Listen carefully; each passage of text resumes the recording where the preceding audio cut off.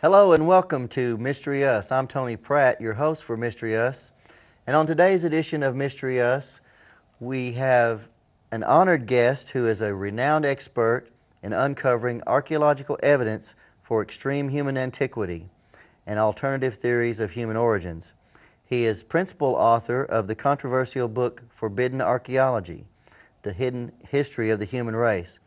And his latest book is Human Devolution, a Vedic alternative to Darwin's theory.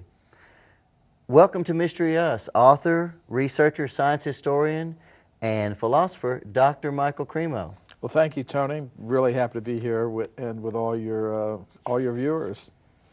Great. Now, Michael,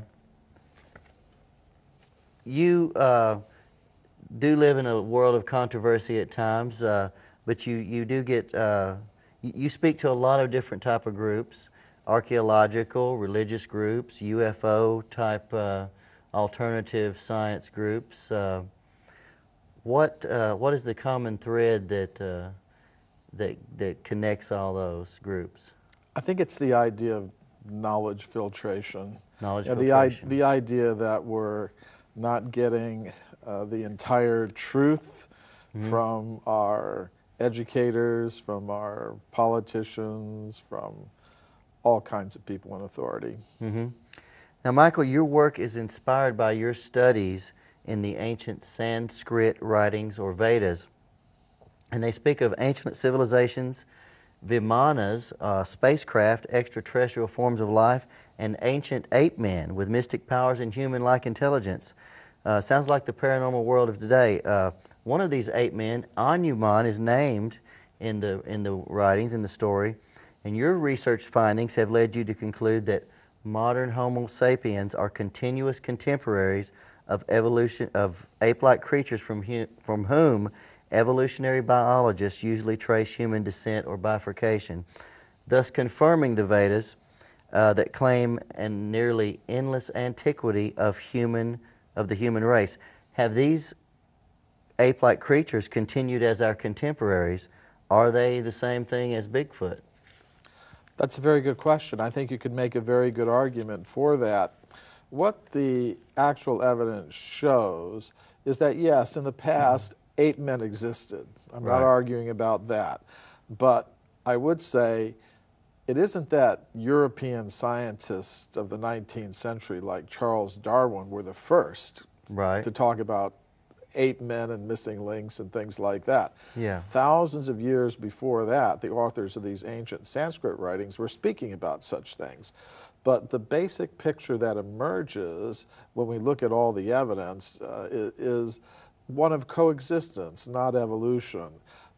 Human beings like ourselves were coexisting with these ape-man creatures that scientists now call Australopithecus and Homo erectus and so many other technical names.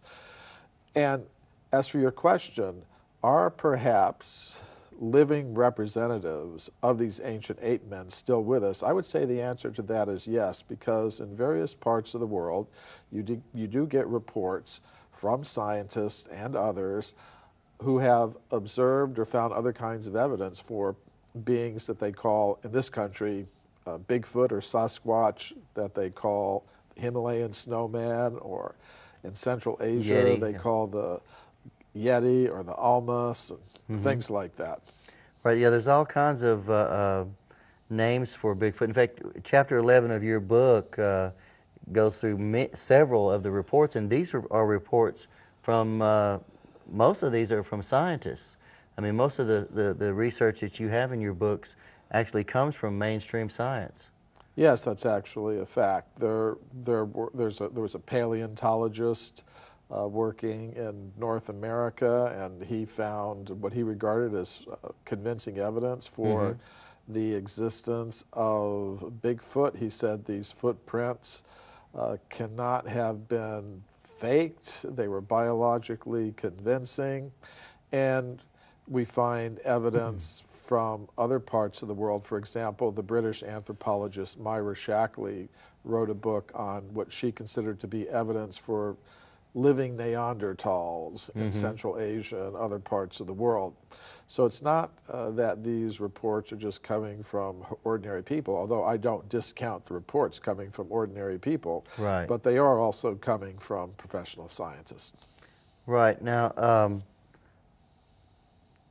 you claim in a lot of the evidence you present that many of these cases have never been resolved, but simply forgotten through the process you described as knowledge filtration, because they don't fit into the Darwinian linear evolutionary model. So Neanderthal or Bigfoot, those wouldn't really fill in that gap of the missing link that scientists have been looking for so long. What's this whole missing link theory?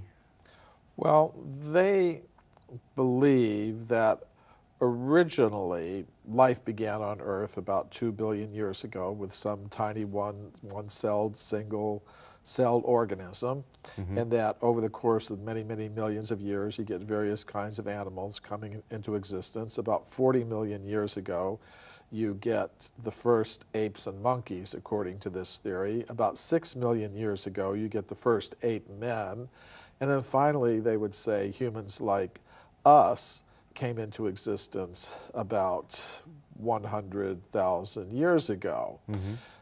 So they think they have the basic outline, and they're just looking to fill in the missing links. They believe they have the basic chain of the history of life, but they're just trying to fill in the missing pieces, the so-called missing links.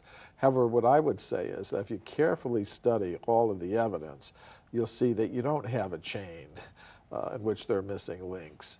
Rather, you've got coexistence going on. You don't have ape men coming from monkeys. You don't have humans coming from ape men.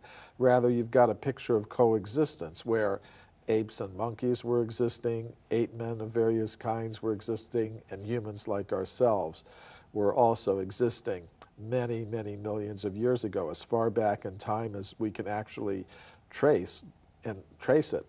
And this is something that I uncovered when I did 8 years of research into the entire history of archaeology, because you're not going to see a lot of this evidence for a very ancient human presence in the current textbooks. Right. You have to go back to the original scientific literature in many different languages from all over the world to get at this. So that's what I did. And as I said, what you don't find that there's just a single chain of life where there's some missing links. Rather, you find there's lots of parallel chains of life, parallel lines going back. And a lot of your harshest critics, like Richard Leakey, you actually use a lot of the evidence and statements from their reports where they have made discoveries and said, you know, this is just like a modern human, but they just kind of forgot that they said that or noted that. Yes, well, for example, Richard Leakey in the 1970s, he found a human thigh bone or femur in Africa. Right. And he said, he noticed this is exactly like a modern human femur. And he said that in his scientific reports, exactly, you cannot find any difference. Yeah. But he didn't say it belonged to a human being. He imagined, well, there must have been some kind of ape man that had a thigh bone just like a modern human being, although nothing has ever been found like that. Right. So, and that thigh bone was about 2 million years old, which is far older than they now think modern human beings are. Actually, Richard Leakey's mother, Mary Leakey, who is in her own right a pretty famous archaeologist, found footprints at a place called Laetoli in the country of Tanzania in East Africa. And in her original report in National Geographic magazine, she said those footprints are exactly like modern human footprints. They're indistinguishable from modern human footprints. Other scientists also agreed. But they were found in layers of rock that are 3,700,000 years old. So they thought, well, it couldn't be human beings like us. So they imagined, well, there must have been some kind of ape man who had feet exactly like modern human feet, which is an interesting idea, but actually there's no scientific evidence to support that. We have skeletons of the ape men that existed at that time.